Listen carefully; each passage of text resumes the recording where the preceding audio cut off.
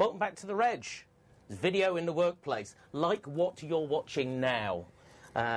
You're comfortable with registered tiny television, and but we're talking today about video conferencing and all that kind of stuff. Now, is this going to be the future of business communication? We're asking. There are still a lot of people who think that it's not. You might be one of them. If you are, then we'd like to hear from you. So let's get into this. And before I introduce people, the thing I always forget to do at this point, because I'm just too excited, is to remind you about how to use your interface today. Use that tab for asking questions, because you ask them here, I say them here, and then you get a proper answer. Don't complain afterwards if you didn't get an answer to your question, if you didn't ask it to me. Now, we had some rocking questions. A couple of days ago I did one, and we had some really rude questions. So, you know, say what you like. You know, it's, you know, I don't guarantee I'm going to ask them, but say what you like. Come on, let it all out. Also, you can download the presentation we've got today. And there's some interesting slides today, so you can do that afterwards. Or if you want to just scroll along with it, you know, on the paper while you're watching it, then go ahead, do that too. I don't mind what you do. Now let's talk about who we've got on the call today. Now. Nick Sheppard from Cisco is our first guest. Now, Nick, I was reading some of the comments that when we put the marketing blurb up for this, I was reading some of the comments that people put to this. In Reg Readers, they like to express themselves. Good. I think that's fair. And someone said that this whole thing, in fact, they said webinars as well were a gimmick. You know, the whole video conferencing was a gimmick. You think it's a gimmick? You've given your entire career to marketing a gimmick? Well, not to me. So, I mean, it's quite a personal kind of gimmick to me. I have a little son who's 7, and he suffers with cerebral palsy. And all of his care, everything that's happened since he was 2, has been done with video. And they use video and video conferencing for all parts of his care. So, gimmick, not to me. And personally, definitely not to me. You're not a gimmick. Now, Dale Vile from Freeform Dynamics. Hi, Tim. Dale, you're a sensible sort of man. You reckon it's a gimmick? No. I mean, there's a lot that can be done with this stuff. I mean, if you do it wrong, then it can end up just being rubbish. Rubbish, yeah. But actually, do it well, and there's some serious stuff going on here. Because you're not a man who easily gives in to new technologies. It has to be said. You're pretty cynical about a lot of the stuff that we end up sometimes getting excited about. You know, you're always calming me down about things. But I like to think about this? realistic rather than cynical, Tim. But I'm not easily convinced. Let's put it that way. You're easily convinced, but you reckon there's mileage in this now? I reckon now's the time when it makes sense to start looking at some of this stuff, which is why we're here, because as you can see from this, because never has so much marketing effort been put to so little effect as with video conferencing. 25 years of this, ever since I've been in the business, which was 25 years ago. I must have been, 3-4 years old, and when I was first a journalist and people were marketing this stuff to me, would you write about it? No one wanted it then. Some more people want it now, but still not everybody's convinced. So we're asking, is it time to think again today? And so that's what we're going to get into fairly quickly. Dale, this is yours. This is your brief history of video. Yeah, well, video does, as you just said, it does have a bit of a history, doesn't it? Yeah. Yeah, I mean, I first came across it with conference room systems back in the sort of early 90s, and pretty much that was my first experience. And so for the kids that are younger than you, because we're going back to the old school here, explain what those were, just very quickly. Basically a big television screen in a room with a camera on it, permanently fixed, hooked up with loads of wires and cables and all that kind of stuff. Yeah, lots of complicated stuff. You needed a technician to come in. There used to be one bloke in any company who could use it. No one else could. Yeah, that's right, exactly. And that sort of thing. So that kind of failed, and moving on to that, then suddenly we all had webcams. Yeah. Well, I mean, in the 90s, Skype appeared and MSN started doing the whole video thing, and a lot of people started dabbling with it, didn't they? Yeah. And a lot of people sort of gave up with it quite quickly, particularly in a business environment, because it wasn't really up to proper business comms, not when it first emerged. It was a consumer technology, and some people put it to, good use is probably, people put it to use in, at home. Yeah. But it is one of those things where suddenly the home started outstripping what you could get at work, isn't it, Nick? It was a friends and family experience, wasn't it? And it was predominantly Skype and talking to relatives somewhere on the other side of the pond. Yeah, that's right, grandparents, grandkids, that kind of thing. It was really good for that. But I think a lot of people got, they had a bad first experience, and like we all do, I mean, everyone's pretty busy. It's like, well, been there, done that, looked at it, it wasn't very good then, and then just kind of forgotten about it, made up their minds. And I mean, it's interesting actually when we do a lot of research, and if you throw questions in about video out of context, you just get a knee-jerk reaction back from people, which is, oh yeah, sort of tried that before. I'm not having that. Yeah. Can't see the point. Doesn't work. All kinds of objections, and that's just kind of the default position, which I guess is why we're here today, because I think we've got to cheer Nick up, because your job must be pretty depressing when you're all the time. A day in, day out, people saying, "No, I don't want that. I tried it before." Some do, Tim. Some do. Let's have a look. So let's break down some of the problems that from these two things that didn't work before, and let's have a look why they didn't work. This is the 1990s conference room systems. You call them white elephants, Dale, because you're saying you broke it down into these 4 problems. Yeah, and I think it kind of sums it up really. They were very expensive for what they actually did. People put them in, justified them on the basis of sort of board exec level communications. They're a giant executive toy. Yeah, they were pretty much. Still an element of that, Nick?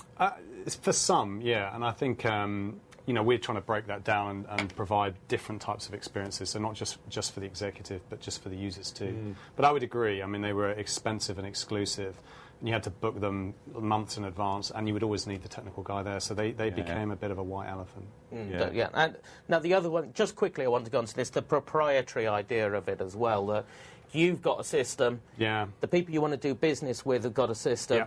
Your South Africa office has got a system. No one can call anyone else. Yeah, it's like Vodafone talking to Orange, talking to someone else, and none of the phone calls connected. And that's absolutely true. There was a lot of complexity around how you bridge between different platforms, and that got in the way. That made them a white elephant in the context here. Yeah.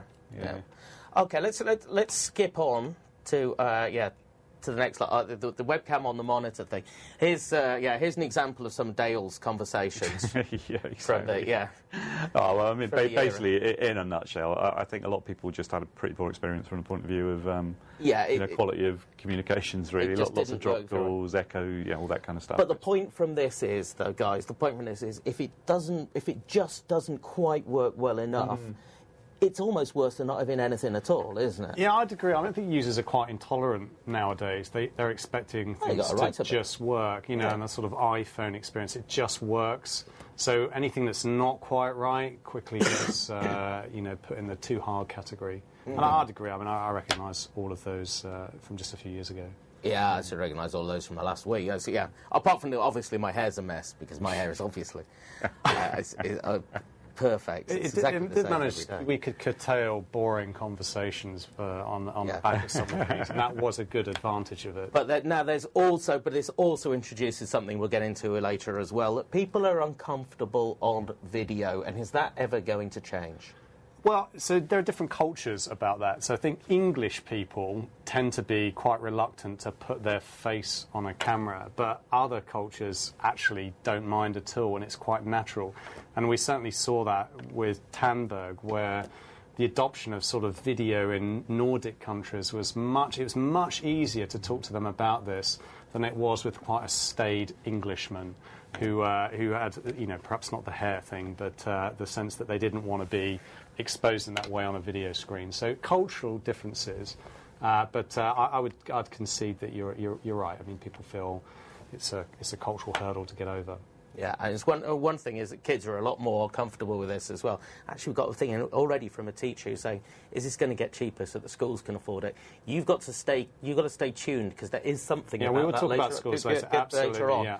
And but it's there is also a generational thing. There is. Sort of like these, kids like me. Kids like me are really comfortable on. I'm still in touch with it. I still think, I'm still generation. You're keeping it, I'm still hanging on to my generation. Yeah, Dale's rarely off the screen these days. So that's it. Now, okay, so But seriously, what we're looking at now. So let's get to the present day. You know, that's the mess we've inherited. Yeah. And to the present day. So what you're saying with this one, Nick, is that you know, stuff's changed. What's our little constellation here? Yeah. What's the point of this? So I guess, well, the point of the slide is work has changed. I mean, I remember coming out of university, I mean, just a couple of years ago, like yourself, and I used to have to write letters to my customer. I usually used to write them in advance of going and then after I'd met them, and I physically used to write letters. And then the world kind of got introduced to email, and that was a bit more dynamic, and I would email you the minutes and the actions. And going 5 years forward, we've gone into instant messaging, and that's quite real time. And now it's exploded, and the explosion has been on the back of collaborative tools like LinkedIn, like Facebook in a consumer context, and video. So you sort of see the explosion of collaboration tools, and the thing that binds most of them right now is video, YouTube, video casting, me looking at you, you looking at me, and us doing that kind of collaboration. So it's moved from quite document-centric, quite static collaboration in the enterprise and in schools and the way that we work, right the way through to very dynamic, very fluid forms of collaboration. So I think what we're trying to do is show that the way that collaboration tools have changed over the last, even the last 15, 20 years. It's an amazing change. But there's a lot of people out there who are watching this who are thinking, actually, what video's given me, rather like in the same way as a lot of people think this about instant messaging, what it's given me is just another problem to handle. It's just a way for people to make the same communication in a more network-intensive, expensive and time-wasting way? Well, I think it's given me more choice, and it's so I'm more empowered to do things that make more sense for me. So I would probably lean to the opportunity of that rather than the overhead that there's more. I like that I have more choice. And I think the thing I like more than anything about video was the speed of it. And, you know, it actually takes time to write stuff, email stuff, whereas actually clicking a button and talking to you, we can resolve things very, very quickly. So I'm with the camp which likes it because I have more choice. And I absolutely love the speed of video. So if you go see your customers now, then afterwards, do you give a little video call? Actually, leave something on YouTube for them. They're sick to death of it, do, actually. you know, they're sick to death of it. So we do quite a lot of video casting. Yeah. Yes, I'm sort of pretty used to doing that sort of thing. What about you, Dale? You started to use this stuff, yeah? Yeah. Only mostly in a personal context, to be honest. We've sort of been dabbling with it on the business side. Because all you freeformers are in different places all the time, aren't you? Yeah, and we're gradually sort of broadening our use of some of this stuff. I mean, one of the things that's quite interesting is the fact that mobile devices now, one of the big competitive differentiators that's kind of disappeared is the ability to shoot HD video, which, you know, most of the modern devices now... All of them are going to do it, yeah. It's not long ago that most people have, they weren't used to seeing themselves on the screen, even in a recorded sense. Yeah. But now it's just becoming so normal, camcorders, and now with everything sort of phone-based. And I think it's quite interesting when you look at these slate devices and smartphones now, edging in the interactive video space. All these things have got front-facing cameras. It's easy to poo-poo it, but it's just a familiarity thing. When stuff's there, people tend to experiment with it. I'm as happy as anyone to noodle around with this sort of stuff. But what we've really got to get down to is there really a problem that needs to be solved with this here? I guess we start into it on this next one, and this is yours, isn't it? This is your sort of like how we used to work and how we work today. Yeah, it looks like a corporate slide, so it's probably the guy from Cisco. It's got that. It's a piece of that. I mean, there's nothing that's really changed in the way collaboration has been set up. I mean, it's still about people and communities and content and context. All of those things are as was. The bit that's really changed is the dynamic, the speed pieces of some of this. And I guess when we engage with our customers, whether they're in the enterprise or they're in the public sector, we start to look at the elements of a collaboration network in these ways. I mean, it's gone from me writing a document to me wanting to give you video content. It's gone from having hierarchical conversations around, line managers and seniority to we just need to get together and agree some stuff. So speed plays out. So I guess the point of the slide is really just to show the way that collaboration has changed and the what was and what will now be. And it's speed. It's about speed. And I think that plays very well for video. Let me, because there's still a cynic in you. I'm just thinking I'm pretty quick when I get on the phone. Yeah. Yeah, but and you're pretty quick when you fly, but you're not as fast at the speed of light of video. And I don't know about you, but I'm quite. I mean, I enjoyed Terminal 5 when it was first opened because it's a great shopping retail experience. That's Heathrow for all our for all of the and anyone that's we've got a new terminal there. It's huge. It's the biggest building in Europe. It's an amazing building, but I'm quite tired of it, and nothing is faster than a video call. So the idea of spending a day travelling to go and meet someone and do something like this the other side versus video, I'm in the video camp, and the attributes of a collaboration network are all about speed. But my thing to that is you could also call them. You could call them, and if in different meetings, and I don't think we're just about video versus voice. Remember, video is voice because you're talking. Voice just with the person saying the thing on the screen as well. But the amount in which I can connect by seeing you versus just call you is very different. So the difference between an audio conference and a video conference is quite profound. Difficult to quantify, though. It's quite a soft benefit, isn't it? Perhaps. So if I did it in a business context and maybe we were doing a project, I could either call you on the phone and say, where are we?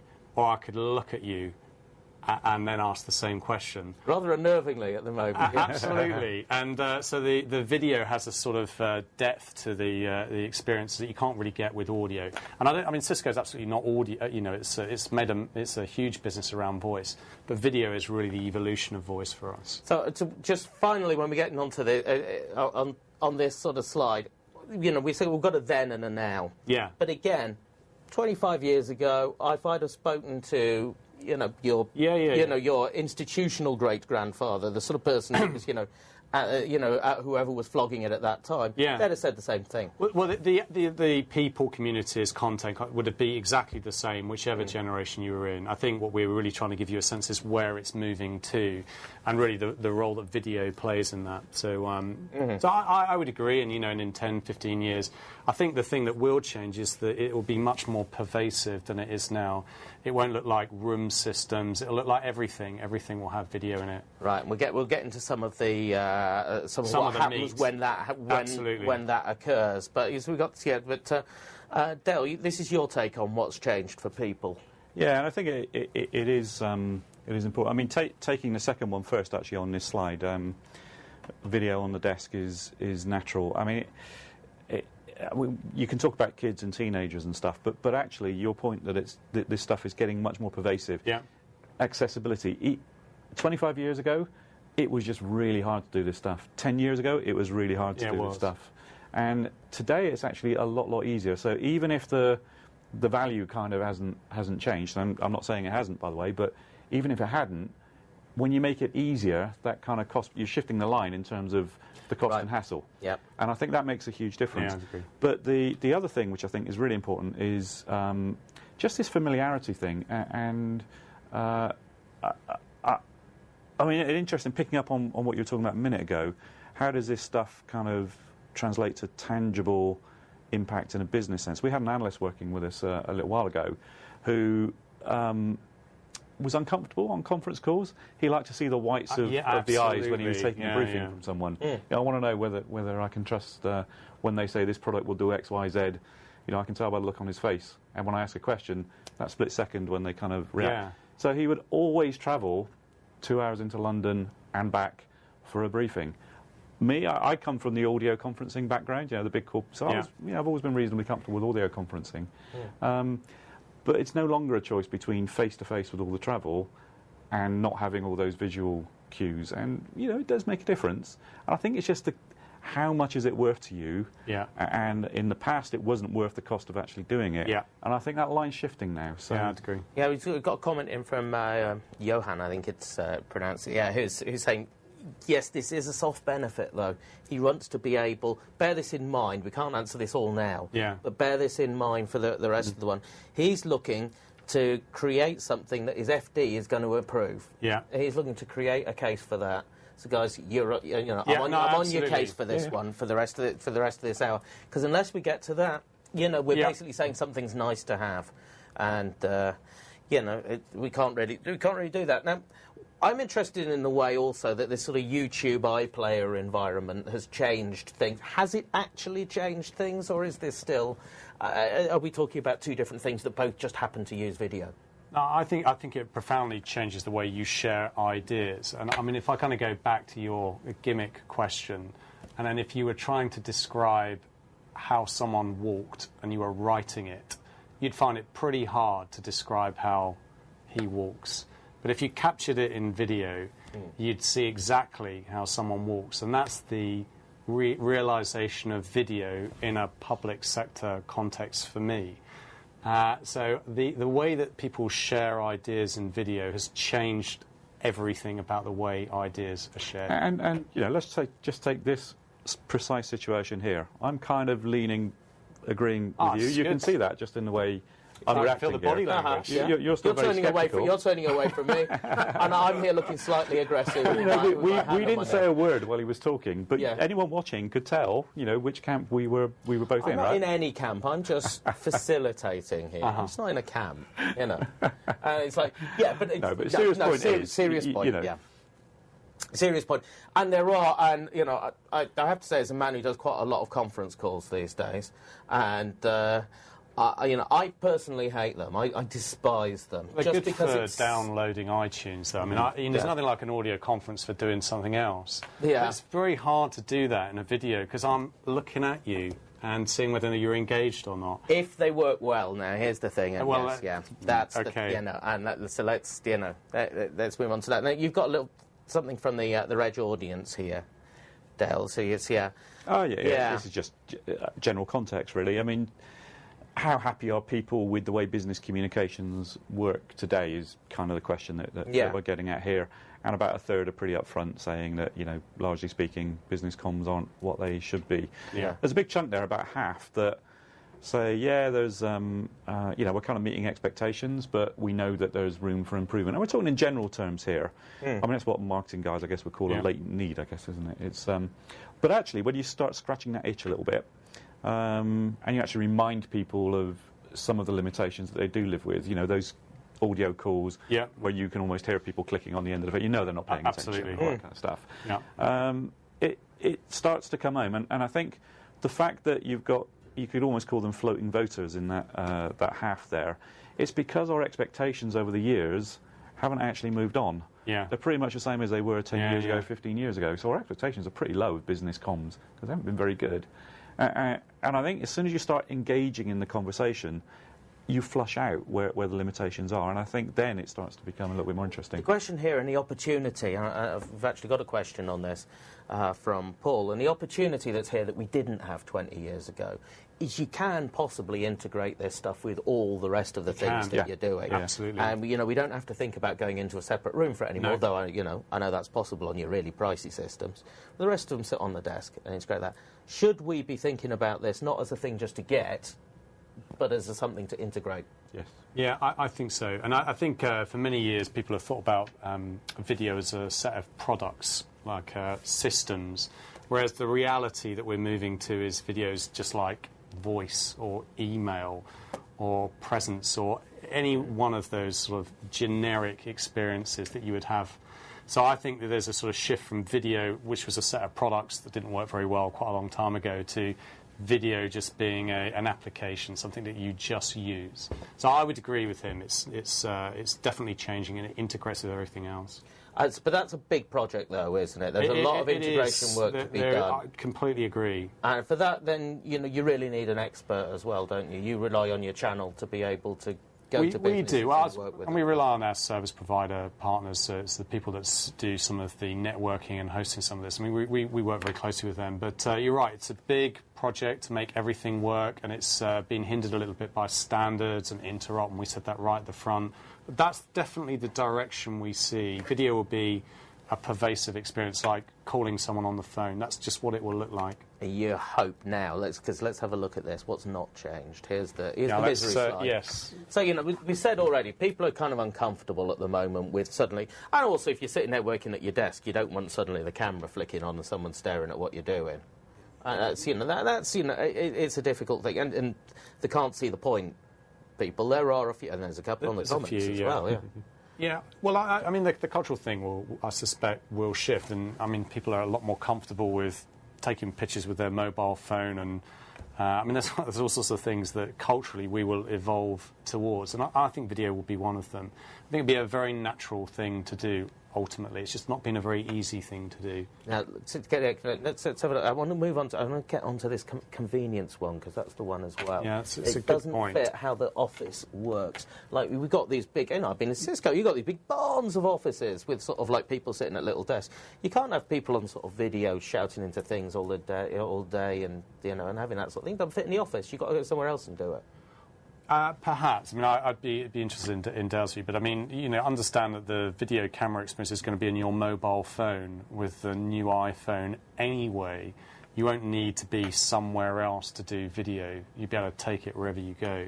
And that's coming. I mean, whether we can protest about the cultural invasion, it's coming. And that's just the way technology gets rolled out. In the same way, for other people that bought black and white tellies, colour TV is going to come, and it'll change and shift culture. That I've no doubt about. Yeah. Dale? I think it. If you look at what's involved in making a video call, what has been involved in making a video call over the last few years, particularly in setups where it hasn't been professionally implemented, you're the guy on the end of the phone looking like a bit of a, whatever, with your headset on. Yeah. And, it doesn't look natural, does it? Outfit didn't really work. It really doesn't feel natural. But I think the technology is moving to the point. I mean, you mentioned the iPhone, and I think that's, the new iPad is similar as well, with a bigger sort of video experience potentially. And there's a whole bunch of standards issues and various other things that need to be resolved around that. But it's now becoming a little bit more natural.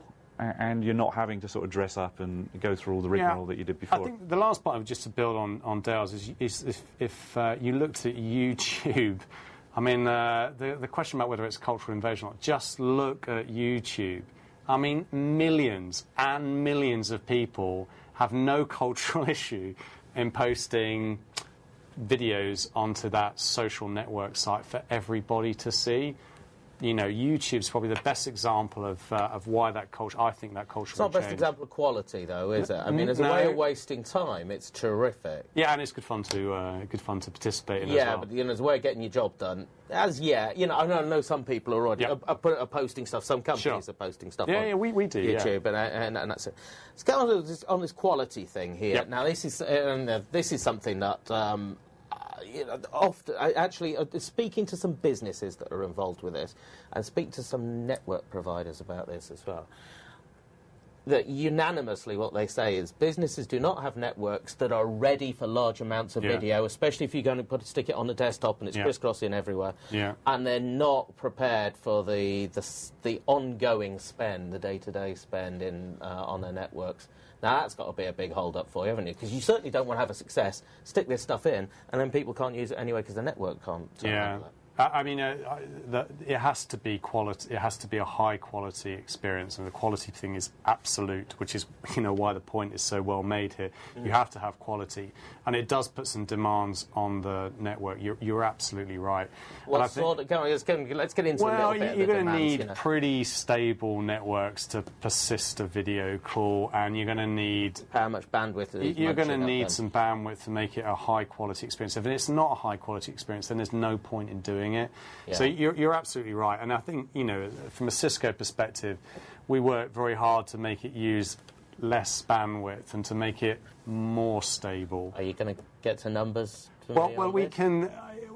Well, I don't know whether your viewers are. They would really appreciate. So I think in the Tandberg world, we were doing high. Because let's explain this first of all. Right, okay. Nick was previously with Tandberg, and as those of you who follow mergers and acquisitions will have noticed, Tandberg was snapped up by Cisco. So I think it was snapped up as well. He's been acquired. I have been chipped. Yeah. You haven't got the. Not quite yet, but it's any day now. being this. uploaded. Yeah. he can keep his job. No, but sorry. So there was two different points of view. I think, and it is quite. It's sort of semi-interesting. I mean, Cisco liked. I'm very interested. Right, okay. No, I'm very interested. I'm very interested in the network bandwidth. Yeah. I think this is fundamental. So for Cisco, video is obviously a great place to go and spend money because it drives a network business. Whereas Tandberg didn't have a network business, it just had a video business. So Tandberg was all about how you make the most efficient use of the bandwidth that a company had, and it tried to dial down the amount of network that you needed to persist high-quality calls. So Cisco had to sort of open the floodgates, use as much network as you could humanly buy from Cisco, and Tandberg had the view that it really needed to be careful in how it used the customer's network bandwidth. And I think we've probably got the best of both worlds coming together because it's just Cisco. There is no Tandberg now. You've been locked in a room scrapping. we have, and I think the sense is from Cisco that we want to kind of use less bandwidth to persist higher calls, higher quality experiences, and that's what you're getting through the blend of acquisition. Whereas Cisco, I mean, network was we wanted you to use loads of it. It meant that you bought loads of stuff. But you'll still need. You will still need if you stop rolling out network across the organisation. You're going to have to look at an upgrade as part of that. Correct. Yeah. You would. Not just in terms of raw bandwidth, but also quality of service management. The quality of service management. Yeah. I guess that's a way to do it, isn't it? If you start, if you shunt your video over here, and then it's not getting in the way of the response times on your absolutely crucial apps and things like that. Yeah, but it depends on your philosophy as well. I mean, if you're in the camp that you're going to put stuff off as much as as long as you possibly can, then you're going to sit there really digging in your heels around those kinds of upgrades. But if you're realistic about it, network traffic is not going to go down. No, it'll go up. It's going to keep it, whether you put video on your network or not. Yep. And so at some point, most organisations got to make a step change. So I think it's less of an issue. It's becoming less of an issue. I mean, I think we're more efficient in how we do this.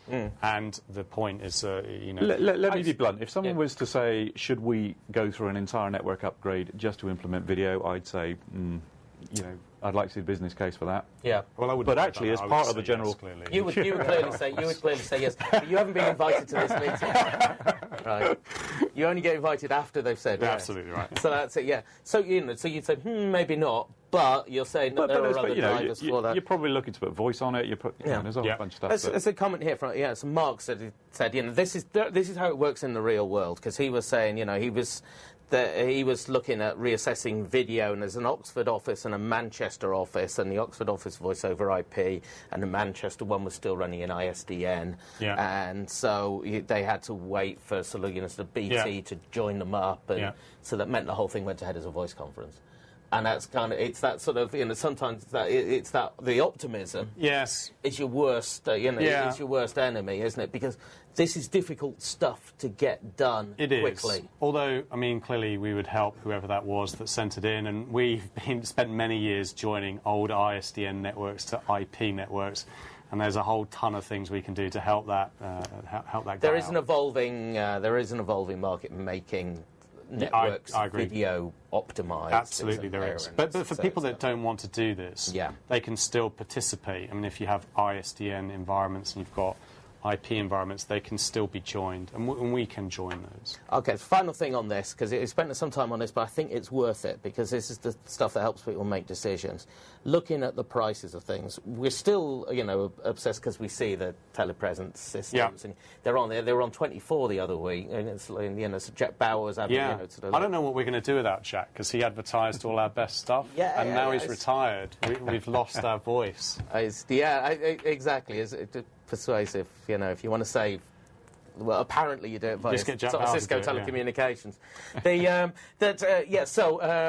But when you look at something like that, people might say, "Oh, it's terrific." You're not going to get change out of 250 grand for something. Well, so I think the portfolio is much bigger now. I mean, Cisco were absolutely in immersive studio experiences, and they come at a price premium, and the numbers that you mentioned, $200,000-300,000.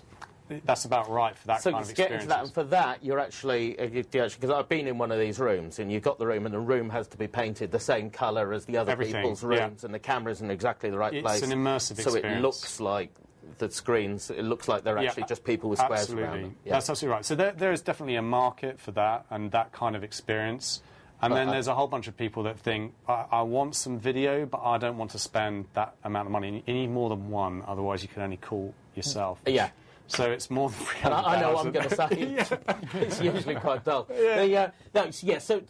So moving down from that. So the next step down now. So it's predominantly built out of our Tandberg acquisition. So, most of our portfolio as Tandberg was built in the middle, which is room-based systems, and they don't really have a price premium. And the way that we sell them through our partners means that most people that can participate in video for a pretty low price per month. So we've got, all the way low? Well, tens of thousands for the units, or you can do it as rentals, and then you're in the sort of thousands, hundreds of dollars, whatever you want to do it, whether it's price per system or for a bunch of users. Yeah. And we have partners that will sell them as systems, physical devices, and we have partners that sell them as services. So Dimension Data, they can do this as a service for you if you wanted to do that. And we have other partners that can sell you the stuff if you want to build it yourself. So have you got the internal cost as well of the support people? The guy that walks around with the screwdrivers in his belt sort of thing, who knows what buttons to press. You've still got that as well, haven't you? The skills internally. I think we've done a huge job about making the interface for the user much, much simpler. And I remember the old days of ISDN, and if the call went down, you were toast and the whole thing fell apart. Nowadays, we've moved on to sort of Apple-esque touchscreen. I want to call you and just join it on a touchscreen. And I think the days of Dangerous Dave from IT, God, I'll probably get a bunch of Daves come in now, but someone with a screwdriver, if they're listening, I'm sorry, but if they come in, that screwdriver mentality around video, I think, is going. Yeah, there's a limit to how rude we can be about our viewers. I'm taking your lead. They have a legitimate grievance.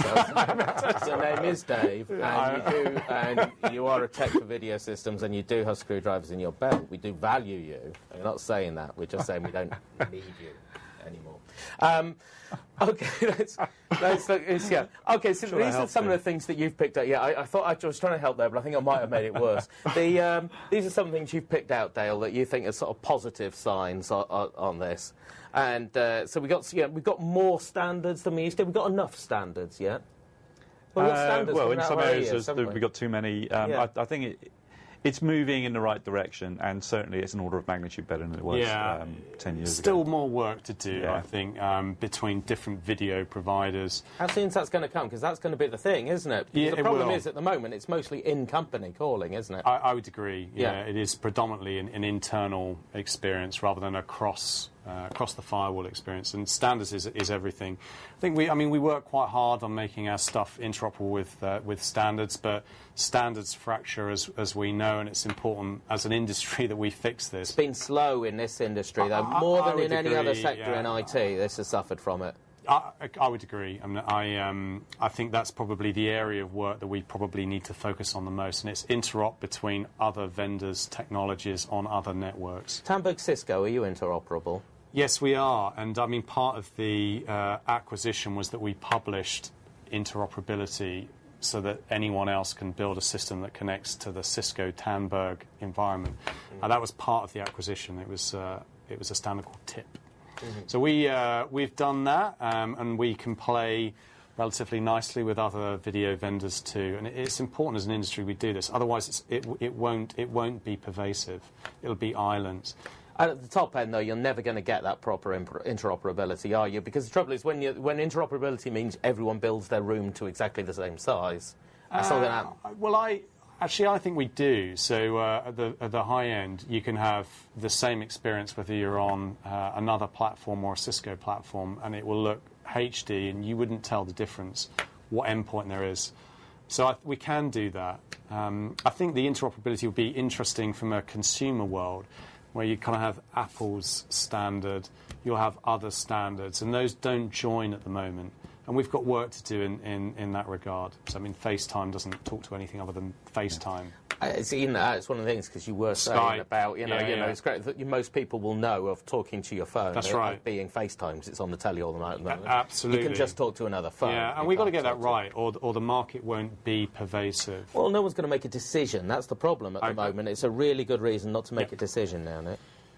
Yeah, perhaps. I mean, the consumers make different decisions to the enterprises. I think in the enterprise, the standards are quite fixed for room-based and immersive experiences, and we interoperate with all of them. I think that there is going to be a sort of user-employee expectation that builds up. We've seen it before. People have, the ability to connect up to the Exchange server on their smartphone or whatever.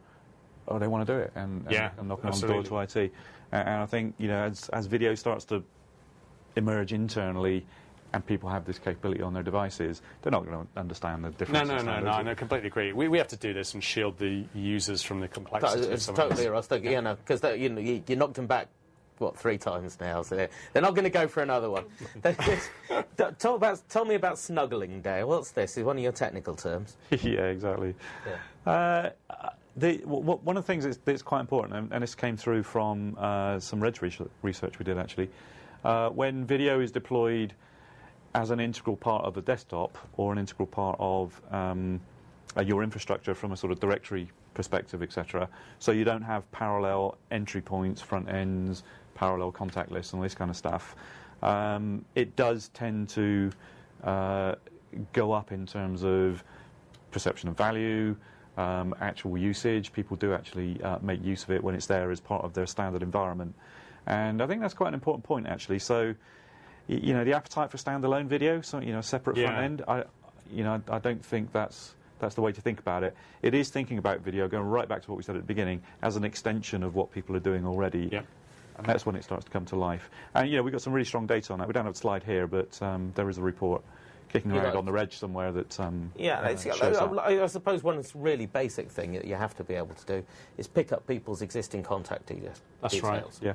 And just and go in and get into that. It's something that, say for example, a really a more basic technology like Skype has done a pretty good job of just making itself available. Yeah, easy. Yeah, and I think we're the same. No one wants different directories for different systems. So how good are you at doing that now? How far along are you? Well, quite a long way down the route. So we use whatever directory the customer wants us to use, whether it's put in Windows or it's put in Lotus, whatever it is you want to use as the directory, we use as the directory, and try and make it very easy for the customer to implement video based on the directory they already have. How do you know if they're video available, these customers? Well, so, I mean, that's a bit in the weeds. You can kind of either do it in the directory or you can do it at a more abstracted level in some of the video systems that we have. So you can either kind of go right into the weeds of my profile in my directory and I do it, or IT do it, or you can do it at the video system level as well.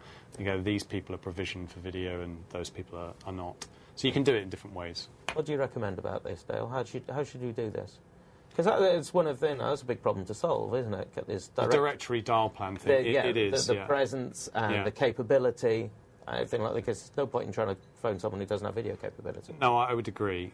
Yeah. I mean, one of the things that comes through from Reg readers actually. I mean, this is mostly around sort of unified comms, but the principle is pretty much the same, which is when you're scoping, particularly sort of early pilots and deployments, it doesn't really help very much if you just choose a bunch of guys. Yes. That's too tightly knit. What you want to do is go at least sort of one step removed to the people internally that they tend to communicate with quite effectively. So just broaden the scope a little bit, and but broaden the scope, but also limit the scope. Because if you go too far too quickly, you then run into the problems we were discussing earlier on, potentially, in terms of the network. Well, look, it's got a bit of interest here, actually. It's got a bit of interest in the people who are sort of watching this. It's saying, someone saying, OK, so, for example, how would they, how might they integrate video with their Microsoft Office system? What could they pick up from that? Someone else talking about Microsoft BPOS and Windows Live and that sort of thing. So, these are the things that people want to do with it, can't they? So, let's separate some of them, if I may. I just threw them all out. I don't want to. You certainly chuck them all out. So integration with Microsoft Link. I mean, the client, I think, is probably the client he's referring to. We do today, and Tandberg's been doing it for years, actually. So it's a server-level integration with Link, and it means that the user just right-clicks, click to video. And we've been doing that for a long time with Tandberg technology.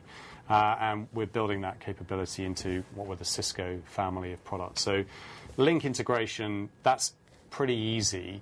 And I guess to the person that put it in, we should talk about how you do that. The BPOS question. So BPOS is a cloud service. It's their basic cloud communications technology that's thing. Pretty hard to connect anything to that, actually. So a part of the way they provision that service and govern the SLA is to lock down things that connect to it. And we would need to help. That would be a very specific engagement with that customer about how they provision video, given it's a walled garden. BPOS is a walled garden. That might be a bit of a problem going forward, because if BPOS has been pretty successful, but then we're going to go Office 365 and that sort of thing. Is that going to have the same problem, do you think? If I was kind of looking at Microsoft, the problem will be around real-time devices, so attaching telephones, mobile platforms, Apple iPad, RIM. It's very difficult to attach those sorts of devices and those sorts of experiences to that Office 365. And I think Office 365 will be very successful predominantly as a document platform. So if you want to send emails and IMs, and collaborate around SharePoint, it's a document-centric experience. And that's perfect for BPOS. Where it's hard is where it's real-time and it's voice, it's mobile, it's video. You can't really do that in an Office 365 BPOS world, and for that, you need something different. Can I ask you another difficult one? Are you up for it? Bring it on, yeah. Okay, right. You see, someone's asking about Skype group video. Do you work with that? What do you think of it? So I guess there's two ways of looking at Skype. So there's the optimist view, which is to say, we love Skype because it means more people experience video, and when they come into the enterprise and they want video, we have an opportunity to sell them a totally new set of experiences. So there's that view of video, and that's probably the one that we would position. On the other hand, it sort of challenges because it commoditizes things that we've put and invested a lot of value in. And to that end, I mean, we would certainly see elements of Skype becoming competitive for us in consumer markets. As you may be aware, we have a consumer video platform called Yumi, which is launched in the States. And Skype and Yumi are competitive. So the optimist says, great, it just makes a bigger market of people that are used to using video. And we like that because we sell fantastic video solutions. And there's a part of it that is competitive, because we're quite keen on the consumer video market as well. And the consumer in me thinks it would be even better if they could just call each other. We went down this route with instant messaging. Yeah, I agree. I mean, that's probably a question for Skype rather than for Cisco. If they publish Skype as a standard, we would integrate. But actually, I mean, it's worth noting they don't do that.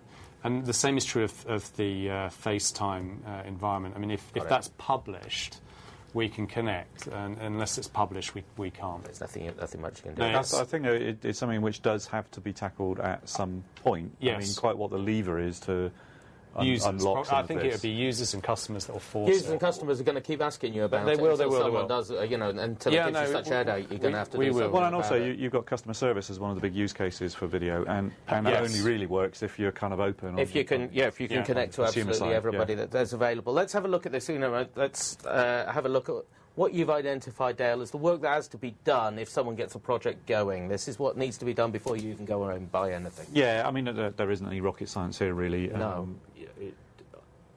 Because of some of the things we've been talking about, it's useful to take a user segment view of the world to just figure out, who's most likely to benefit from this kind of stuff. There are some problems that you might want to pick off if there are situations where, for whatever reason, communication. By inefficient comms here, we're talking about inefficient business comms as opposed to physical network comms. But if there's a part of the business that's pretty stressed, for whatever reason they're not able to communicate because of distance or time differences, whatever, then you can pick those off. Sometimes, you can introduce video into a process and transform it, particularly more collaborative kind of business processes. Yeah. So it's a case of looking at those things to begin with, but then also being very realistic in terms of looking at the solutions available. Yeah. Obviously, there isn't just Cisco in the market, and these things all have different attributes in terms of strengths and weaknesses. Sure.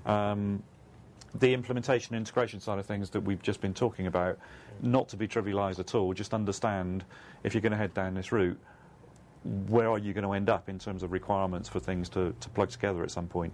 So having a think about those, and then obviously the impact on the infrastructure that we've discussed. And then the last piece there is kind of bringing the cost element into it. If you've looked at the benefits, you've looked at some of the practical implications, now you've got to look at the cost, and it's only then you can start to prioritise what makes sense. Yeah. I mean, here we're talking, it's almost presented as if you're discussing video in isolation. I think, for me, it makes most sense to think of video as part of a broader uplift in your communications capability. There's an interesting one when we're looking at this sort of cost-benefit stuff here. There's an interesting, one of our viewers here is talking about, it's webcast government conferences. So for 250 attendees, then on a sort of like back-of-the-envelope calculation, looks like the savings $375,000, because that's just based on the money you don't spend anymore. Yeah, and that's kind of like, these are the sort of figures that we can find. Yeah. You've got them all over your website and stuff, haven't you? We all these sort of figures. Yeah. But what he's saying is that also the bit that you miss, which you have to subtract from that, is that sort of face-to-face meetings, the random element of actually being there and seeing people. And he's saying, so, attending live has to be looked at as a sort of a privilege, a luxury almost. Yeah. And whether you want to have that luxury. Like I'd business agree. class. I'd agree. We're not anti-travel. I mean, people at Cisco travel because you need to do that People sort in of Cisco are always travelling. You've all got those sort of gold cards that get upgraded. But I think there is then the practicality of an ad hoc team meeting that cuts across 3 or 4 offices that would never ever take place. You're absolutely right. That's increasingly the thing now in our working styles, that these meetings should never happen. Yep. Yeah.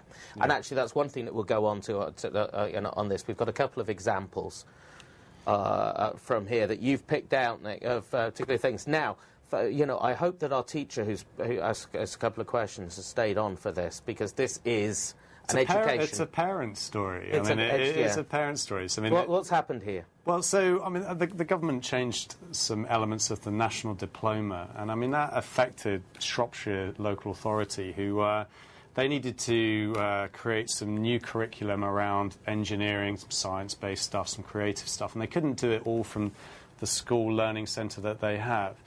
And they needed to partner with other learning centres around the Shropshire area. And they already have kids that are doing hour commutes to get to learning centres. So the answer wasn't, well, to make this curriculum come to life, we'll make them travel some more somewhere else they can go and do the engineering bit. It was to bring the area together around video conferencing, and we engaged with them to help them bring this curriculum to life through video conferencing. And I sort of look at what they do there, and they've gone from just being able to do, teach the curriculum to changing the nature of some of their lessons. And they connect their systems to other systems that are, way outside of the UK, and bring experts in to the classroom. So I think the thing for Shropshire, for me, was the way it's completely changed the way they deliver the curriculum. It's changing education, and with a son and a family, I think this would be a sort of magical transformation of education. Do you think it's, because often you talk about how well this works in the public sector, but at the moment the public sector has not got a lot of money to spend, and if you're facing cutbacks, do you see many public sector people coming to you and asking about how they do things? It's a sort of a great time to ask those questions about public sector. I think from a Cisco perspective, we're heavily engaged with government. The area that we can most rapidly affect cost saving for them is cutting out travel through the use of video conferencing. There are a lot of people that take a lot of trains to go to meetings in and out of Whitehall. that we're enabling them to do in video. And the video story for government has been very, very powerful, be it in education, in health, in central government. I think of all of the things that we can assist with government right now, it's tackling their, tackling the debt and using technologies like this to replace expensive travel. What sort of payback times are you able to predict? Are you looking at 18 months, 3 years? So sometimes it's less. Yeah. Sometimes it's definitely within a year you can make this thing pay for itself. It depends on what you're trying to replace and the distance that you're trying to take out. But year and less we've seen in some implementations of video. Well, here's the other one which has got the distances in it, so it's quite well known one, isn't it? Yeah, I mean, I wouldn't labour who Tesco are. Suffice to say that they're a global company with offices all around the world. And, to make the point again, video is a lot faster than Terminal 5 flights. Mm-hmm. And that is a big part of why Tesco utilisation is so high. They use video so high. It uses so high because it's so fast, and they can connect different parts of their Tesco organisation in video in real time. So the adoption's been amazing. The rollout has been very successful for us, and Tesco are really doing things with video that we hadn't thought you would do with video. What sort of things? So the integration with web conferencing would be one of them. So they've taken the concept of video conference, so the telepresence conference, and attached web conferencing. So hundreds of people can participate in a telepresence call. And that technology... I'm sorry laughing at you. Someone's just sent in the comment, I agree with Nick. And so, yeah. So it's from the teaching one. Yeah. Oh, right. Oh, fantastic. Very persuasive. No. Yes, sorry. Yes, but, it's, we've broken on that. But if we're talking about quantifying these returns on investment, yes, then on the one hand, we advertise these. On the other hand, we say, everybody's very different. Yeah. How can we calculate? Do you have sort of calculators that people can use? We do. I think there's sort of 3 buckets of savings that you can drive with video conferencing. So the first is cost. You can take cost out with video, reduce travel, and that's well known. And lots of partners and lots of people in the industry can help you do fag packet maths on how much travel you save. And you can look at the cost tower to drive a business value conversation. The second one is productivity, and that's a little harder, and it's where you use video conferencing to take latency out of decisions, or you make something faster by using video. So there's a sort of a set of opportunity around productivity savings. And then the last category of savings or business value in video is stuff that you wouldn't necessarily expect, and that kind of goes full circle back to Ben. My son, you wouldn't have necessarily have thought that video was about how they do childcare prognosis for cerebral palsy, and you looked stunned when I said it, but that's a strategic ROI on video that you wouldn't have thought of had I probably not said it to you. Yep. So there's 3 areas that you can make business cases for video, cost, travel, productivity savings, or strategic ROI. We're getting close to the end, and I want to put a couple of these questions to you before we run out of time. Very quick one. Telepresence for cross-company meetings. Can you do that? Yeah, you can. So I think if you wanted to do a really big broadcast, you could imagine a world where I'm in one telepresence studio and there's a couple of others of you in telepresence studios, and then the rest of the organisation's daisy-chained on to that experience. You could see that in the Tesco slide, that exactly in the different studios, and you could get that. But you need to be able to bridge the 2 networks effectively, so they do. Don't you? You need to be able to take care about that sort of thing. This is high bandwidth stuff. Yeah. Yeah. And there's another question here talking about shared whiteboards, this kind of thing. You've just done an article for us about brainstorming, Dale, haven't you? And it's like, it's your man. Do you think this sort of thing is useful, where you have a sort of a shared thing that you work on, or is that a gimmick? No, that's definitely useful. I mean, we use it all the time, actually. Yeah. And we use it across company boundaries quite a bit with clients. So it a huge benefit. That's why, going back to what I said earlier on about video being a component of just getting smarter about communication and collaboration. to me, it's kind of natural, with all the caveats that we've spoken about in terms of network and cost, etc. But it does fit quite nicely. These things complement each other. I was whizzed by. We're out of time, actually. And there's our links, our further links for other things, which in a sort of democratic style are a little bit Cisco, a little bit Tamberg. And so, you're working together well. We're just one company. You are just one company now, and yeah, absolutely, almost forevermore. And Nick, thank you very much for coming Pleasure. in. Thanks for taking all the questions. And I think we got through. All of them, or at least got pretty much there with all of them. We'll have a look afterwards, and if there are any others, he'll see you right. And Dale, thank you very much again. Thanks, Tim, for your contribution. And thank you very much for staying with us. Let us know what you thought of that. We do more of what you like, less of what you don't like here at the Register. And my name's been Tim Phillips. So from this Regcast, goodbye.